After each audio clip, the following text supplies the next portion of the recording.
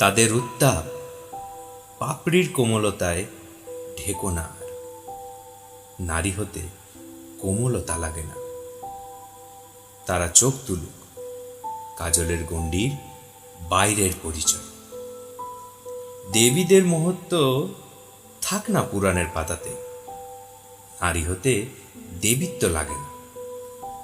উচ্চ মুকুটে তাদের কপাল ভাঁজে নাই বা গেঁথে দিলে মহত্বের দায়ভার। তাদের সম্মানের দোহাইয়ে মাতৃত্বের গল্পগুলো বরং তুলে রাখো। নারী হতে মাতৃত্ব লাগে না। মুকুটের দায়ভারে বাঁধনের স্বভাবে ছাই পড়ুক। নারী হতে ওসব মুকুটও লাগে না।